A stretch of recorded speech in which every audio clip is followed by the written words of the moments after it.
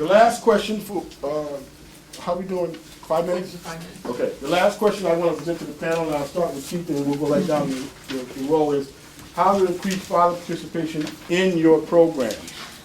It sounds like, I bet there's a wealth of information in here that you guys are already sitting on here in the audience, because it sounds like some of you have been very successful in getting dads engaged. And I'm curious I want to make sure we have time for you to share a little bit of that with us, because we're here to get information too. Keith, if you want to answer that for us. Again, nothing really fits just for one particular agency. It's all on how you get down. It's all on how you're doing your business. So you can mimic off of some, but you have your own style. How to increase your father participation is whatever you built upon, when you made that program father-friendly, keep on doing what you're doing. Just don't change up. Don't change the weather on it. Keep everything the same as it is. Men are A, B, C, and D. We don't go from A to Z. We like structure. We like to see structure. We like the consistency of things. So keep on doing what you're doing and build off of that. One of the biggest things is as you're building off of it, as you're learning from these men, from your community, from your environment, you want to keep on building upon your resources, your collaborating. That's very, very important. And each thing that you partner with, each agency you partner with, each resource that you gain in your agency, build off of that, stretch off of that. Men are going to know it's there. They might not come in the door that first year or that first month that you do it, but if it's still there that next year, they know where to go to. You're going to increase your male involvement, your participation. Do I have the whole 5 minutes or just 1 minute? No, you did good. Thank you. Panel,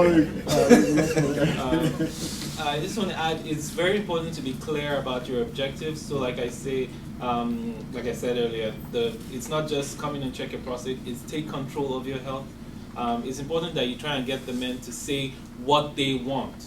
Because once you can decide what they want and you can show them that your program is the process or part of the process to get to where they want to go to, they're more willing to own the process because they know it's their own program, it's not your program. No offense, you get paid for it anyway. So it's their own program. That way you're likely to get more participation when they know it's their own process. Yeah. And I just add that in all, it's really a value proposition for them. You know, what's the value for them? You know, what's the long-term and short-term value?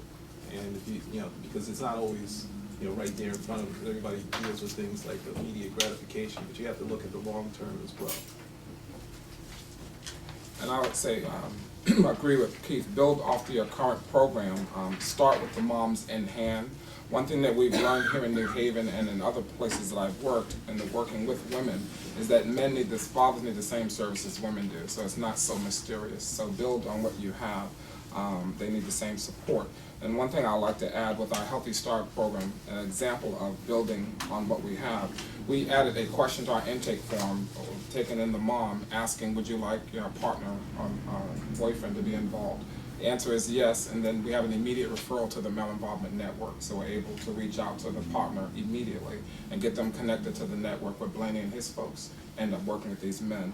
And the benefits of that, once he's made a connection, he's getting services, the women actually feel better knowing that he's getting something for himself, and that alleviates a level of stress for them, and of course puts them in a better position to take care of their children, not worrying about him. So start from where you are, just build on your program, but start with the moms in hand and the children in front of you.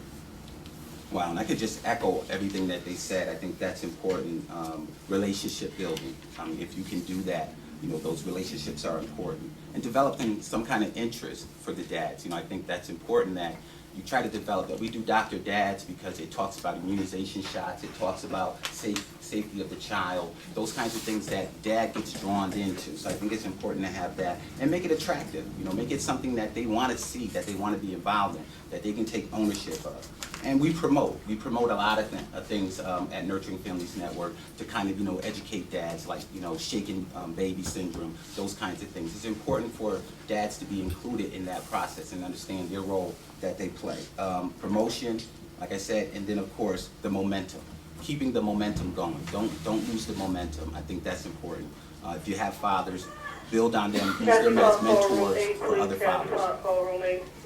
Thank you. That's 10 o'clock right on time. I'm just going to add, Ken, that gets from 10:01? Yes, sir. Okay. The only thing I would add to the comments would be follow-up is part of your service. Follow-up is critical. You cannot bring a father into a service and provide it for him and then drop him off at the end of the day.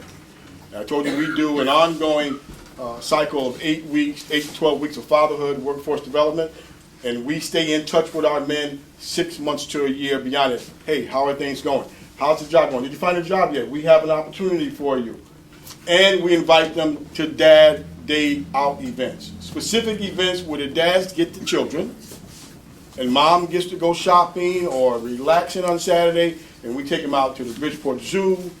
Sometimes we have a little bit of money, we go to the Bronx Zoo, but basically to a park, cookout, something where the dads say, I got the kids, we'll be gone all most of the day. We're gone early and we'll be back late afternoon. Enjoy your day. Mom, look forward to this. And this is with non-custodial fathers. So that means they have to communicate with the mother a week, 2 weeks ahead of time and say, is it okay if I take the kids? Male Involvement Network is doing an event. We're going to Sleeping Giant. We're just going to have a picnic. We're going to go walk up. All cost-effective stuff. Stuff that doesn't cost a lot of money, maybe a little transportation. That's the most of it. But dad specifically, this is one thing that we do where the dads get the kids and mom gets a break, and it supports that whole effort, that whole family effort. So I'll turn it back over to Lucille, and thank you for your time and your patience today. Thank you, Mr. Chairman.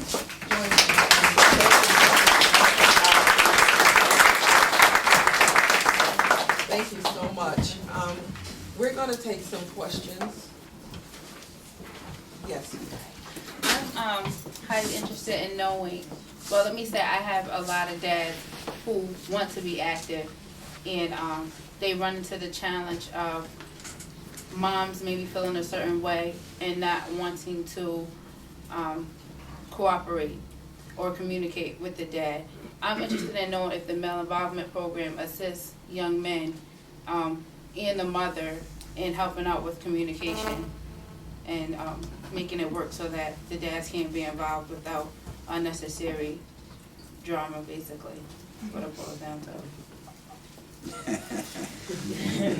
When you say young dads, what Right, do you mean? because we negotiate those relationships all the time. There's a curriculum that's called the Mom as the Gatekeeper that talks about relationships and working with mom. And I think, that's something that we talk about in our groups, in our fatherhood groups, is to be able to negotiate those relationships so that mom doesn't have that animosity towards dad.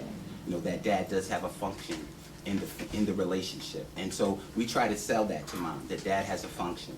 Oh, you have to go get your hair done. Who's going to watch the child? We start adding those real life situations to mom so she can understand dad's role and why dad is so important. Because mom looks at dad like, he's a loser. Let's face it, that's the word of the day, right? Dad is a loser. That's what young women will say. You can hear them. This is real talk. These are these young moms, 17, 18 years old, that will spit this kind of information out. And we have to be able to look at that in this culture that we live in and figure out how we can begin to negotiate that relationship and sell dad as a helper. Because we're talking co-parenting. We're not even talking family. They're getting married one day. So we have to talk co-parenting, team building. It's about team building. Let's figure out what dad's role is in this family. And again, I go back to the maternal and the paternal because that's where we find the biggest headache. Who's gonna let dad play his part or be, not play his part, but do his job, fulfill his role. And so I try to drive that home with mom, when I'm out there. All my home visitors can attest to that that's the first thing we start selling. Dad does have a role.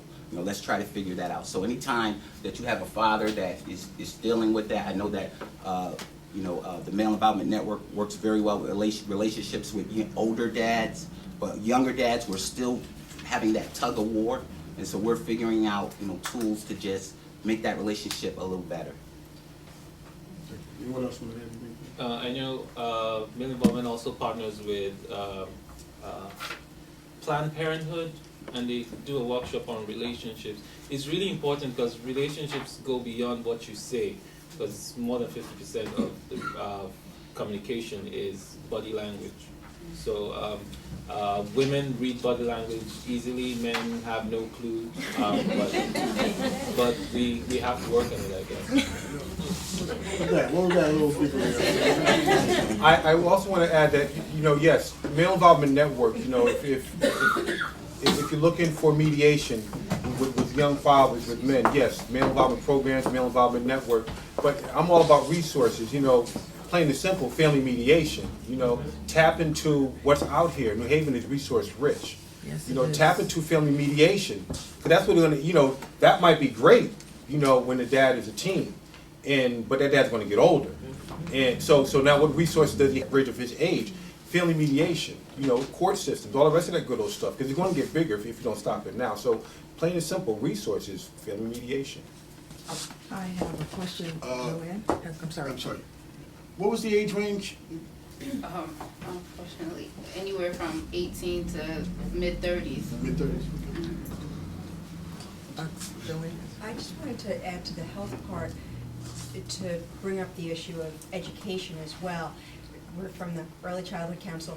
I think one of the things about telling our kids about how we were when we were younger also has to do with how we did in school and how we behaved in school. And I think that dads can add a lot to their kids' lives by talking about maybe how much time they spent in the principal's office, or things like that, you know, for two reasons. One, so kids can feel better about themselves and sort of see that, you know, school and education can be difficult, but also, I think, a lot of parents might have had trouble in school that for one reason or the other wasn't diagnosed, that wasn't seen as a problem, that maybe they didn't finish school because they didn't learn something they needed to learn, or, you know, it's something like that. So I think that both for moms and dads, it's really important for us to look at family history and parental history in terms of education.